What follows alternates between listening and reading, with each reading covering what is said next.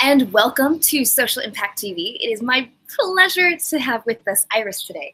Now, we are here in beautiful Bali at the Vision Villa Resort, which is part of Roger Hamilton's awesome tribe of change makers and social entrepreneurs and conscious entrepreneurs coming together to really figure out their vision and what's next for them. So Iris is actually one of the other participants here with me during this retreat. And I was just we were taking a walk on the beach the other morning. I was so inspired by what she shared of her story.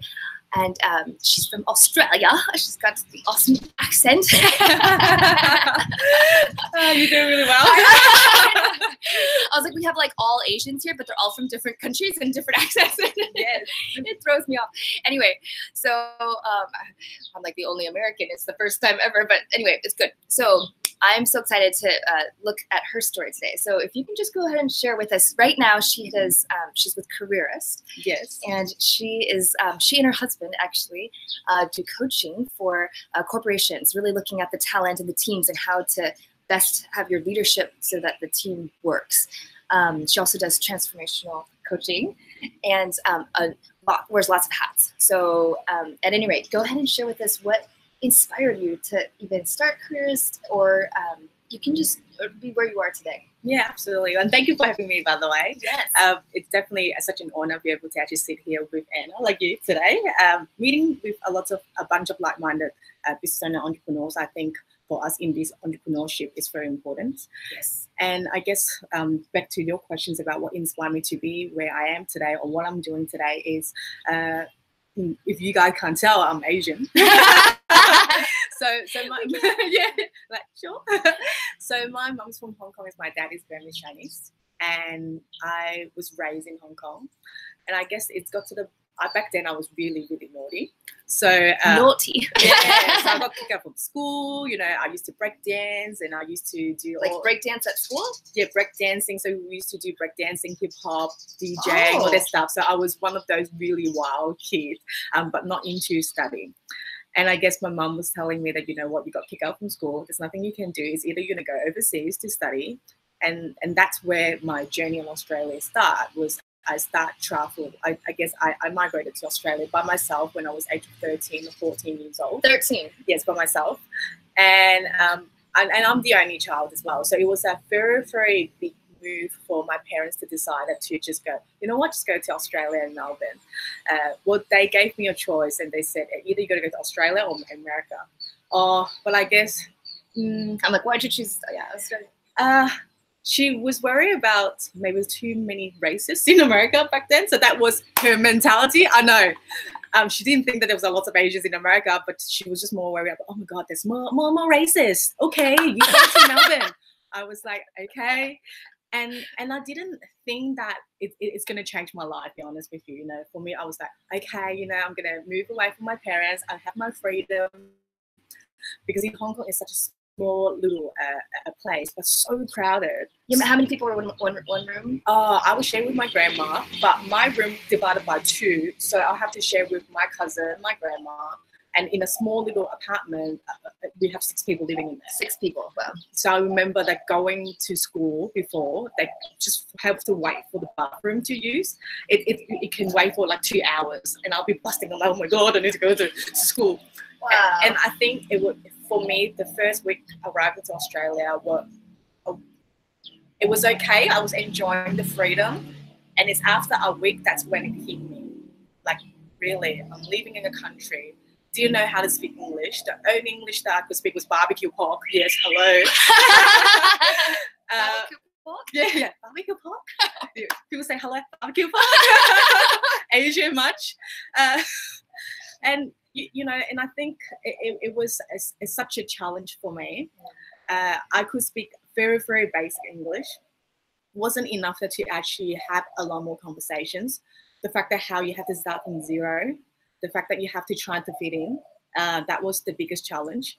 Where were you staying? So you were at... Yeah, so I was, because I was only 13 and 14, so you need to have a guardian. And school provide that, like a foster home, or not a foster home, a homestay. Homestay, okay.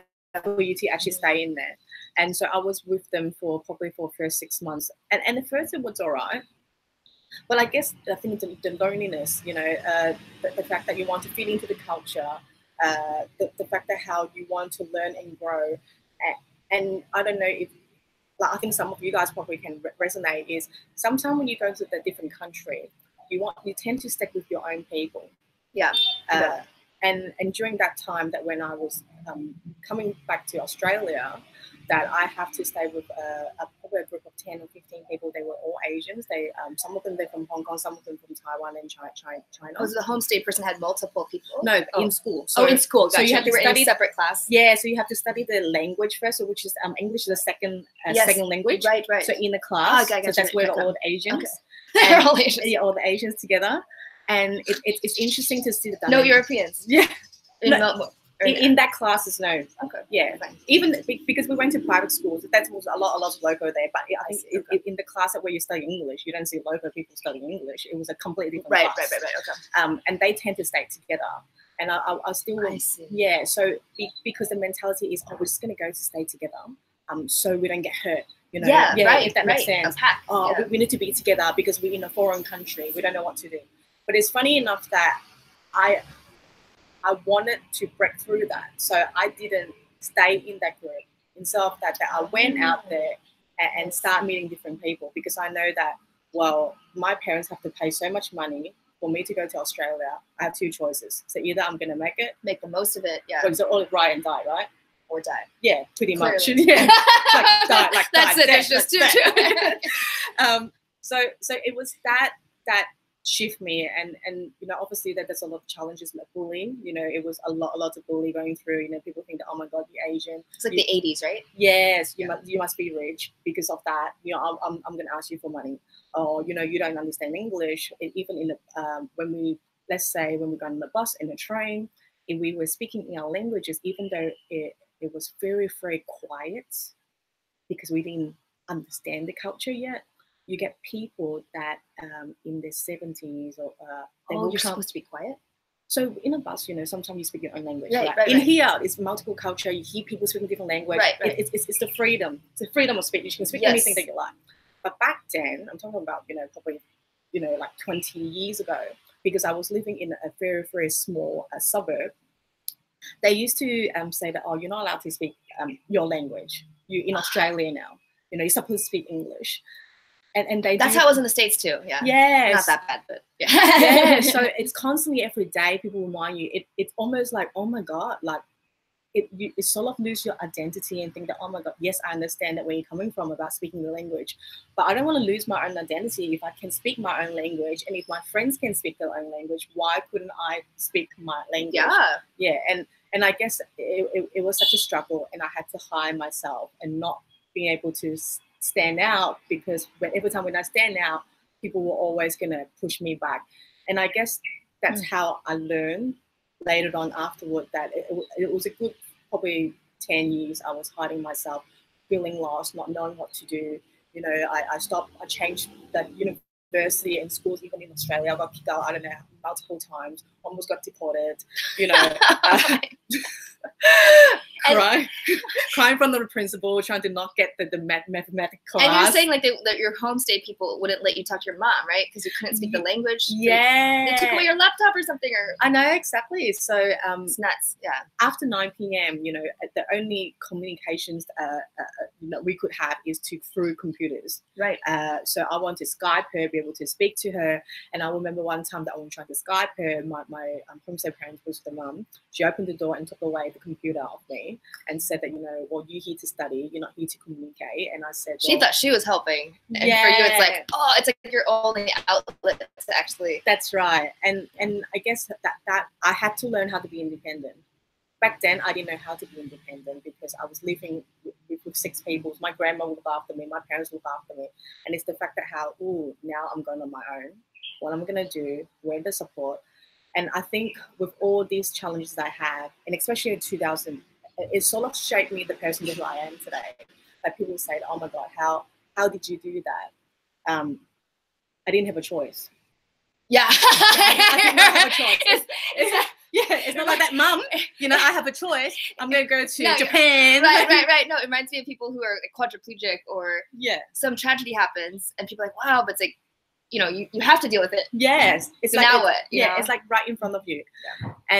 And then, you know, obviously that I've learned, and then in my early 20s, I got married. So I found my husband, and I got married, and I thought things was going well, married, have kids, Go on the treadmill. and work for someone and work really, really hard, and Make you will money. be able to earn a lot of money and find a rich husband, you know how they Retire say. and- Yeah, and retired. And, you know, so I got my husband, you know, we worked really, really hard together. And I'm talking about, you know, back then I was a manager, but I was working in a cafe. I didn't have a purpose. For me, it was about, okay, I'm just going to earn money and then be a good housewife. Yeah. Really? You? Yeah, No. that was my mentality I don't before. believe you. So I guess that's why that he was my ex-husband, right? Oh, because he fit that mold, and you were like, break me out. Yeah, like I guess I didn't know what I was good at. So you just kind of did what you were like, a leaf in the wind. That's Yeah, right. okay. You know, every ideas I had, he would turn me down. And I guess that for two, especially in 2012, when we were together for 6 years, and you know, obviously that 2012 it was the most challenging year that I had, where it was my ex-husband left me. And Suddenly or yeah, unexpectedly? yeah, I guess that we sort of, I didn't see that coming. So Hiroshima being my girlfriend. But you know, for me, I don't think cheating is a bad thing. I think that everything happened for a reason, and I take fully responsibility of what had happened in a marriage. And I think that both of us that have to do that as well.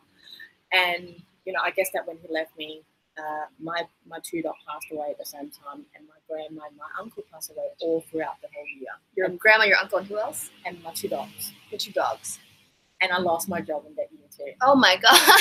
Yes, it was like anything that you could think that happened, I was in the rock bottom, and then I accumulated $50,000 debt. I was emotionally like I didn't know what to do. When I remember the day. This was 2012. Yes, okay. I remember the day that when I called my parents and I said, "Oh, we're getting divorced." The first things that they said was, "If you're gonna get divorced, I won't see you as a daughter anymore," because in the Asian culture, divorce is that bad. Yes, so it was heartbreaking for me to see my own family, which is my parents, that who said that to me, not really understanding what's happening. So they said, "Oh, you know, I hope you don't see marriage as a game. If you do choose to do that, I don't really want to be your parents anymore because I feel shame." And I think for that year, I have to have, I guess it was only me that I could count on. So I have to look after myself because it's almost like I got nothing left.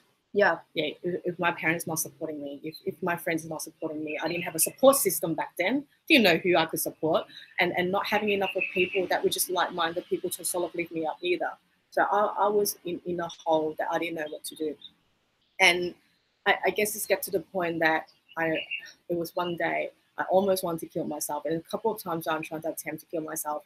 And I realized that, you know what's going to, how is going to fix it if I'm not going to be in this world anymore?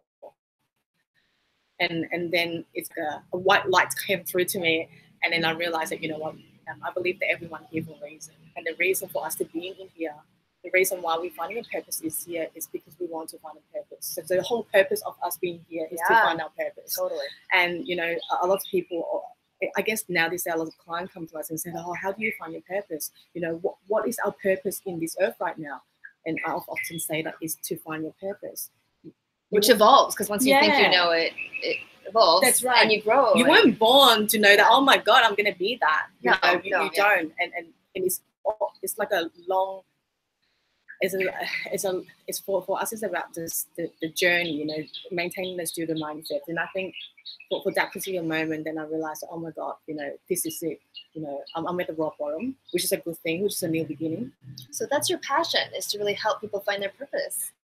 Coaching. So I guess finding a purpose and finding talents, because I didn't know what gifts that I had. Yes. And because of the experience and the knowledge that I gained, I realized how important to support someone. Right. And that's the leadership come through, about that, to really, really not managing, but to actually lead, to inspire them to become a better leaders.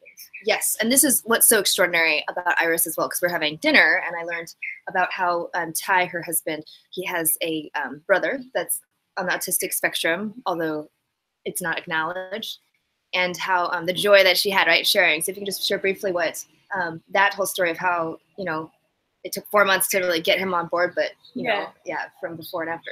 Definitely. So, like, I guess, especially in the Asian culture as well, so with Ty's parents, that they didn't have a mindset of, okay, well, their way of helping is, okay, I'm going to cook for them. I'm going to... They do everything for them. Yeah, yes, they do everything for them. Yes, Instead of really dive deeper about what is the core problem here right now. But they don't get to be independent like you've learned. That's right. So because they feel like, oh, I don't have to do anything. Because for us, it's about, so for Ty's brother is, I don't have to do anything. I don't have to work. So really it's the gift of independence. Yeah. Yes. So I guess that it's about a lot of people that put a label on disability because they think that, oh my God, they are disabled. They can't do anything. But the fact is, all they actually want is respect. If treat them like the way that you want to be treated, respect them the way that you want to be respected. Yes, it does take a little bit more time to nurture them, to support them, but don't you do it with your kids? Don't you do that when you're trying to build a relationship? Yes. I think often that we forget about running a business. It's about, oh my God, I have to tell you about my products, I have to tell you about my service, but you have never ever invested your time to understand the other person. Yes. And I think that's what I, you know, with the journey that I had, the understanding, you know, the importance of actually allow the other people to speak, to understand what they want first. And it's really beautiful because just to full circle what happened with their parents, they eventually did reconcile, and now you have a beautiful relationship with them, right? Yes, and you can really honor what you're learning, you know, who your mom really is, and you can start to see how they did sacrifice, and, you know, you had no idea that they were. So it really came full circle. And I appreciate and acknowledge you. And I just thank you for being with us and really sharing your heart and where you are now. So how can people find out more about you, your company? I'm going to put a link at the bottom here. Yes, sure. So you can find me on Facebook page, and it's Iris, the positive virus. And then you can also search us for Careerists as well. So Careerists to find out more about what we do. Awesome. But definitely check out on Facebook. Awesome. Yes. And as a commitment to have all people be able to work in the work field, whether they're incarcerated or homeless or disabled, she's a great source for that as well. So thank you so much. Thank you. I'm grateful. Thank you.